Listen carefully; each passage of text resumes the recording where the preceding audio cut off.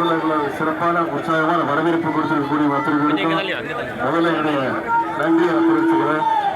அதுபோல இங்கே இருக்கக்கூடிய நம்முடைய வெற்றி வேட்பாளர்கள் திரு செல்லசுவாமி அவர்களுக்கும் சகோதரர் செல்லசுவாமி அவர்களுக்கும் சகோதரர் திரு ராஜேஷ்குமார் அவர்களுக்கும் திரு வேட்பாளர் திரு பிரவீன் அவர்களுக்கும் சகோதரி தாரகை தட்பட் அவர்களுக்கும் அவர் நம்முடைய மாவட்ட கழக செயலாளர் திரு மனோ தங்கராஜ் அவர்களுக்கும் ஒன்றிய நகர பேரவைக் கழக செயலாளர்கள் Arulananda George, John Bright, Johnson, Subihan, Selvakumar, Cholarajan,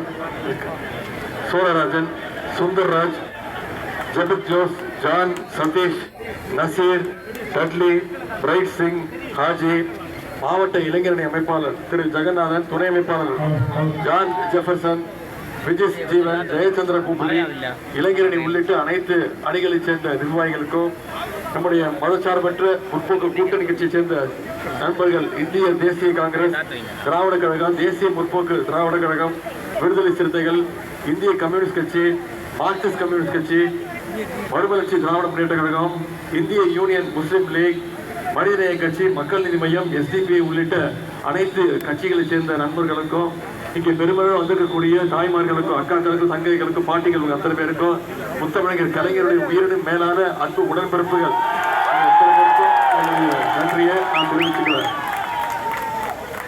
இன்றைக்கு எங்க பத்மநாபபுரம் தொகுதிக்கு முறையிட்டு நம்முடைய மார்க்சிஸ்ட் கம்யூனிஸ்ட் கட்சியை சேர்ந்த வெற்றி வேட்பாளர் திரு செல்லசாமி அவர்களுக்கு நீங்கள் எல்லாம் அறிவால் சுத்திய நட்சத்திர சின்னத்துல வாக்களித்து இந்த சட்டமன்ற தேர்தலில் இந்த பத்மநாபபுரம் பகுதி தொகுதியில மிகப்பெரிய வெற்றியை நீங்க எல்லாம் தேடி தருவீங்கன்னு உங்களை எல்லாம் கேட்டு வந்திருக்கிறேன். இங்க நம்முடைய வேட்பாளர் திரு செல்லசாமி அவர்களை பற்றி உங்களுக்கு அதிகம் சொல்ல தேவையில்லை, அனைவருக்கும் தெரிஞ்சவர் தான். ஒட்டுமொத்த கன்னியாகுமரி மாவட்டத்துடைய வளர்ச்சிக்காக தொடர்ந்து பாடுபட்டு வருபவர். அவர் ஒரு பிறவி போராளி. மக்களுக்கான எல்லா போராட்டங்களையும் மக்களோடு நின்று அந்த போராட்டங்களை எல்லாம் சந்தித்தவர். தொழிலாளர்களுடைய உரிமைகளுக்காக பல போராட்டங்களை முன்னின்று நடத்தியவர். உங்களுக்காக எந்த கோரிக்கையா இருந்தாலும் நீங்க திரு செல்லசாமி அவர்களிடம் சொல்லலாம். அவரை நீங்க தேடி பார்க்க வேணாம், அவரே உங்களை தேடி உங்கள் வீடு வந்து உங்களுக்கு என்ன தேவைங்கிறத தெரிஞ்சு அதை நிச்சயம் செஞ்சு கொடுப்பார். ஏன்னா அவர் வீட்டில் இருக்கிறத விட என்னைக்குமே களத்துல உங்களோடு மக்களாக இருக்கக்கூடியவர் தான் திரு தோழர் செல்லசுவாமி அவர்கள். தன்னுடைய செயல்பாடுகளால் அனைத்து தரப்பினுடைய நன்மதிப்பையும் பெற்றவர். அவருடைய குரல் நிச்சயம் இந்த முறை சட்டமன்றத்தில் ஒழிக்க வேண்டும். அதற்கு நீங்க அத்தனை பேரும் இந்த வர்ற தேர்தலில் அறிவால் சுத்தியல் நட்சத்திர சின்னத்துல மிகப்பெரிய வாக்கு வித்தியாசத்தில் திரு செல்லசுவாமி அவர்களை நீங்க ஜெயிக்க வைக்க வேண்டும் என்று நான் கேட்டுக்கொள்கின்றேன். இந்த பத்மநாபபுரத்துல நாம மீண்டும் வந்து ஒரு வாய்ப்பு கொடுங்க, நம்முடைய மதச்சார்பற்ற முற்போக்கு கூட்டணிக்கு வாய்ப்பு கொடுங்கன்னா எந்த உரிமையில் வந்து கேட்கிறேன். ஏற்கனவே இந்த தொகுதிக்கு நம்முடைய சட்டமன்ற உறுப்பினர் இருக்கக்கூடிய அமைச்சர் திரு அண்ணன் மனோ தங்கராஜ் அவர்கள் பல்வேறு திட்டங்களை கொண்டு வந்து சேர்த்திருக்கிறாரு. உங்களோடு இருந்திருக்கிறார். அந்த உரிமையில உங்களை எல்லாம் சந்திச்சு வாய்ப்பு கேட்க வந்திருக்கிறேன். உதாரணத்திற்கு சில திட்டங்களை மட்டும் இங்க குறிப்பிட விரும்புகிறேன். 7 கோடி ரூபாய் மதிப்பீட்டில் அருவிக்கரையிலிருந்து மாத்தூர் தொட்டி பாலம் வரைக்கும் இன்னைக்கு உயர்மட்ட இணைப்பு பாலம் அவர் கற்றுக் கொடுத்தது நம்முடைய திராவிட மாடல் ஆட்சியில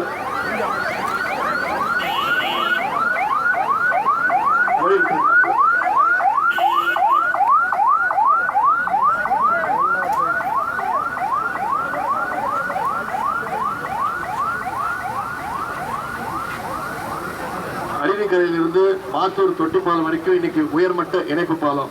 அதே போல தக்காளியிலிருந்து பேச்சுப்பாறை வரைக்கும் செல்லுகின்ற வகையில இன்னைக்கு பல்வேறு இடங்கள்ல சாலை மேம்பாட்டு பணிகள். திருப்பரப்பு பகுதியில் சுமார் 20 கோடி ரூபாய் மதிப்பீட்டில் கூட்டு குடிநீர் திட்டங்கள். ஓவர் ஹெட் டாக்ஸ் 2 கோடி ரூபாய் மதிப்பீட்டில் வேர்கிளம்பியிலிருந்து அழகிய மண்டபம் வரைக்கும் இன்னைக்கு சாலை பணிகள். திருப்பரப்பு நீர்வீழ்ச்சி செல்லுகின்ற சாலையில 3 கோடி ரூபாய் மதிப்பீட்டில் பல்வேறு பணிகள். திருவட்டாரிலிருந்து இன்னைக்கு புதிய பேருந்து நிலையம் அமைஞ்சிருக்குன்னா நம்முடைய திராவிட மாடல் அரசு நம்முடைய முதலமைச்சர் அவர்கள் கட்டி கொடுத்திருக்காங்க. அதே போல 0 முதல் கோவையாறு வரைக்கும் 60 கோடி ரூபாய் மதிப்பீட்டில் இன்னைக்கு பல்வேறு சாலை பணிகளும் நடைபெற்றிருக்கிறது.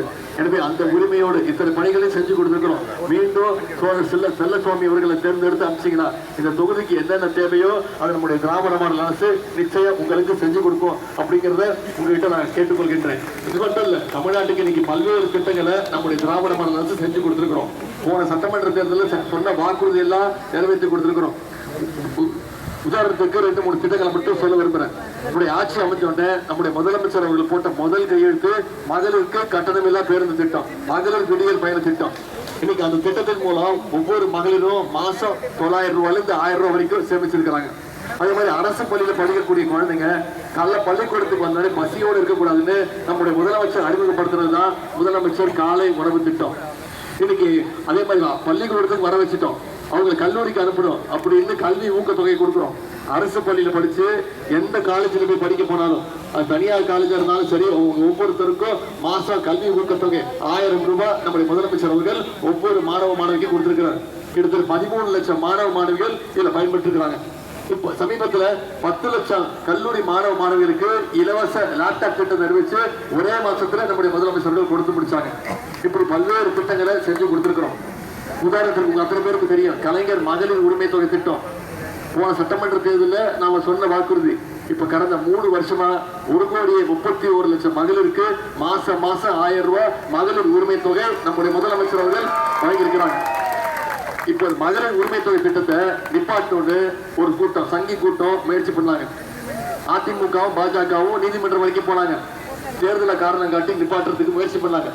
நம்முடைய முதலமைச்சர் என்ன பண்ணாரு, நான் 1000 ரூபாய் கொடுக்கறது நிப்பாட்ட முயற்சி பண்றீங்களா, நான் 5000 ரூபாய் கொடுக்குறேன், எப்படி முயற்சி பண்ணுங்கன்னு சொல்லி பிப்ரவரி மாசம், மார்ச் மாசம், ஏப்ரல் மாசம் 3 மாசம் சேர்த்து 3000, கோடைக்கால சிறப்பு நிதி 2000, 5000 ரூபாய் முதலமைச்சர் கொடுத்தாரு. எனவே இப்ப அது மட்டும் இல்ல, வாக்குறுதி கொடுத்திருக்கிறோம். மீண்டும் திராவிட மாடல் 2.2 ஆட்சி அமைஞ்சோன்னு மகளிர் உரிமை தொகை 1000 ரூபாயில அது 2000 ரூபாய் உயர்த்தி கொடுப்பேன்னு வாக்குறுதி கொடுத்திருக்கிறோம். அதே மாதிரி முதலமைச்சர் காலை உணவு திட்டம் 5ஆம் வகுப்புல இருந்து 8ஆம் வகுப்பு வரைக்கும் உயர்த்தி தருவோம்னு வாக்குறுதி கொடுத்திருக்கிறோம். இப்படி பல்வேறு திட்டங்கள் சொல்லியிருக்கிறோம். கலைஞர் கனவு திட்டம் கட்டி கொடுக்க போன 10 லட்சம் பேர் கொடுப்போம்னு சொல்லியிருக்கிறோம். அடுத்த 5 வருஷத்துல 35 லட்சம் கல்லூரி மாணவ மாணவிகளுக்கு இலவச லேப்டாப் திட்டம் கொடுப்போம்னு சொல்லியிருக்கிறோம். கல்வி ஊக்கத்தொகை 1000 ரூபாயிலிருந்து 1500 ரூபாய் உயர்த்தி கொடுப்போம்னு சொல்லியிருக்கிறோம்.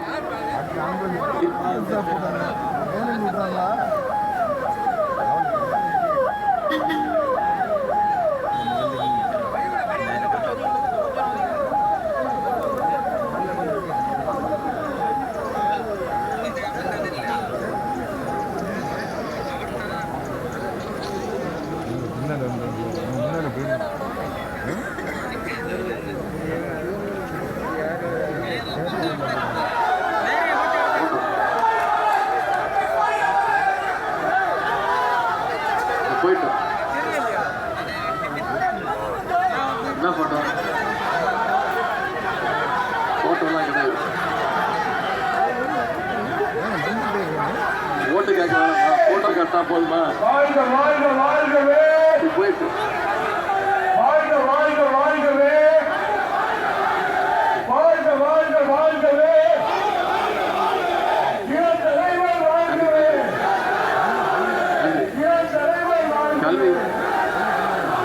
கல்வி ஊக்கத்தொகை 1000 ரூபாயிலிருந்து 1500 ரூபாய் உயர்த்தி கொடுப்போம்னு சொல்லியிருக்கிறோம். கலைஞர் கனவு இல்ல 10 லட்சம் பேர் கட்டி தருவோம்னு வாக்குறுதி கொடுத்திருக்கிறோம். எல்லாத்தை விட முக்கியமான ஒரு வாக்குறுதி கொடுத்திருக்கிறோம். உங்களுக்கு தெரிஞ்சிருக்கும், ஆட்சி அமைஞ்சோடனே நம்முடைய முதலமைச்சர் அவர்கள் அனைத்து மகளுடைய கைகளையும் 8000 ரூபாய் நம்முடைய முதலமைச்சர் அவர்கள் கொடுத்துருவாங்க.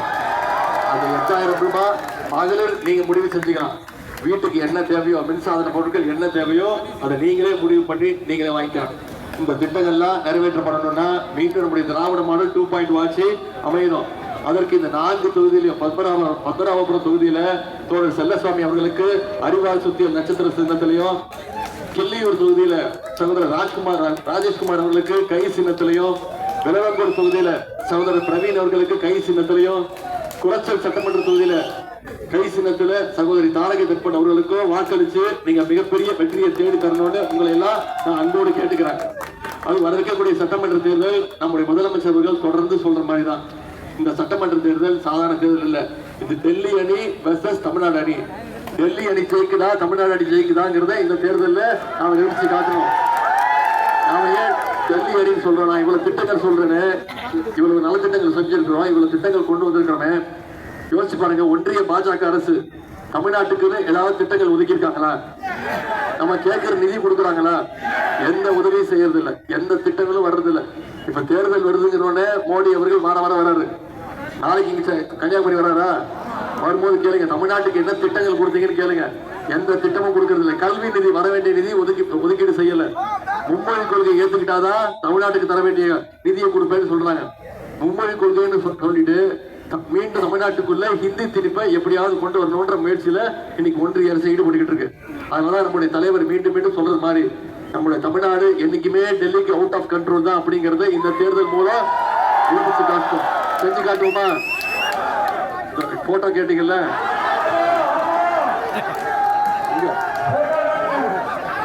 இந்த போட்டோக்கு எனக்கும் எந்த சம்பந்தமும் இல்லை. இது நீங்க விருப்பப்பட்டு கேட்கறதுனால தான்.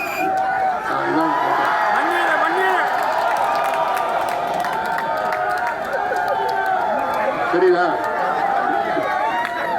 கீழே கொடுத்திருக்காருல்ல, அதான் எடப்பாடி பழனிசாமி வந்து.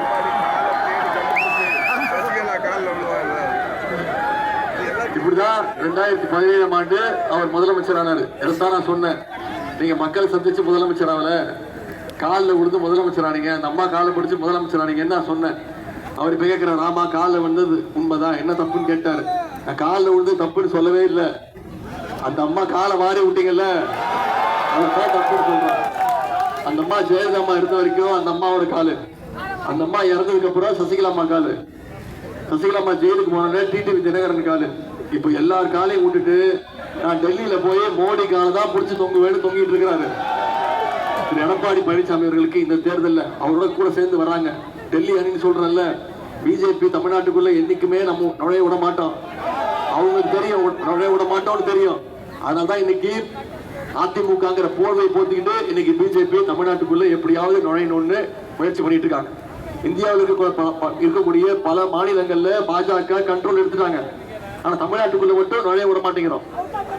ஏன்னா தமிழ்நாடு என்னைக்குமே சுயமரியாதை மண், நாம யாருக்கும் அடிமையா இருக்க மாட்டோம், யாரா இருந்தாலும் கேள்வி கேட்போம்.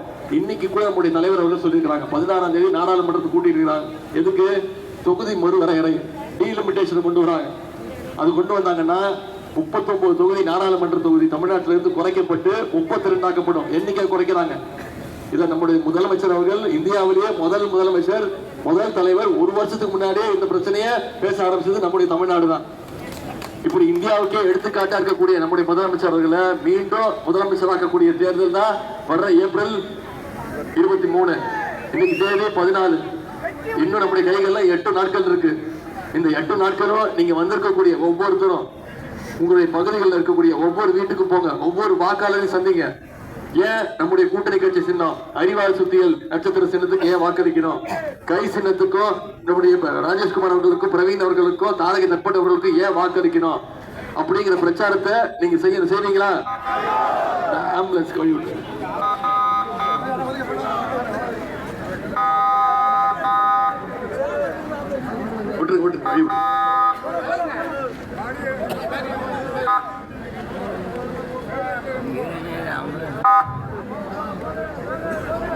அடுத்த 8 நாட்கள் இந்த பிரச்சாரத்தை நீங்க ஒவ்வொருத்தரும் ஒவ்வொரு வாக்காளரும் சந்திச்சு கேட்டீங்கன்னா நிச்சயம் இந்த கன்னியாகுமரி மாவட்டத்தில் இருக்கக்கூடிய அனைத்து தொகுதியிலையும் நம்முடைய மதச்சார்பற்ற முற்போக்கு கூட்டணி மிகப்பெரிய வெற்றியை நிச்சயம் அடையும்.